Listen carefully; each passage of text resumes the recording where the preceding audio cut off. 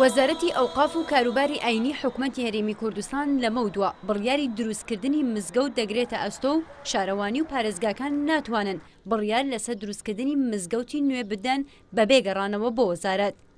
وەزیری ئەوقاف و کاروباری ئاینی هەرێم بەمبەستی چۆنێتی دروستکردنی مزگەوت چەند ڕێنمایەکی دەرکردووە بە شێوەیەک ئەو زەویەی کە دەدرێتە هەر خێرخوازێک بۆ ئەوەی مزگەوتی لەسەر دروست بکات ڕاستەوخۆ سەر بە وەزارەت دەبێت. یەکێکی تر لە ڕێنمایەکان لە بەرچاوگرتنی شوێن و دوور و نزیکێتی لە مزگەوتێکی دیکە و نابێت لە یەک شوێندا دوو مزگەوت هەبێت.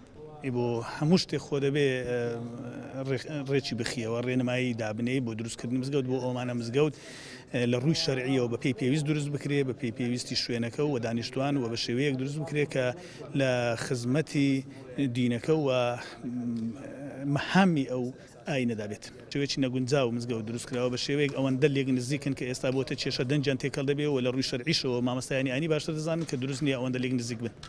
بەپێی ئاماری وەزارەتی ئەوقاف و کاروباری ئاینی زیاتر لە 5230 مزگەوت لە هەرێمی کوردستان بوونیان هەیە و بەشی زۆریان لەلایەن خێرخوازانەوە لەسەر مڵکی گشتی و بەبێ گەڕانەوە بۆ وەزارەتی ئەوقاف دروستکراوە.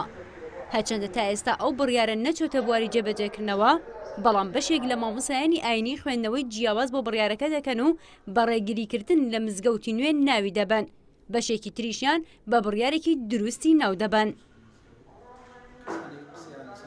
ئەو مزگەوتانەی کە دروست دەکران زۆر لە نزیکی یەکتر ئەمە خۆی لە خۆیدا کێشەیەک بوو لە ڕووی شەرعیشەوە کە مزگەوت هەندێک نێزیکبی دەنگەکان تێکەڵ دەبی جومع لە هەردووچاندا دەکرێت کۆمەڵی خەڵک ئەم شێوازەیان پێشتێکی نادروست بوو و هەندێک لە برا خێرخوازەکان کاتێک کە زەویێکی زۆریان پێدەدرا بۆی بیکەن بە مزگەوت دەچوون ڕوبەرێکی زیادیان دەهێشتەوە ئەویتریان دەکرد بە مزگەوت لەگەڵ ئەوەشدا لە بۆ مامۆستای مزگەوت خانوویەکی شایستە و باشیان دروست نەدەکرد. لە هەرێمی کوردستان پارێزگای هەولێر زۆرترین ژمارەی مزگەوتی تێدایە و پارێزگای دوهۆکیش لە کۆتاییدا دێت.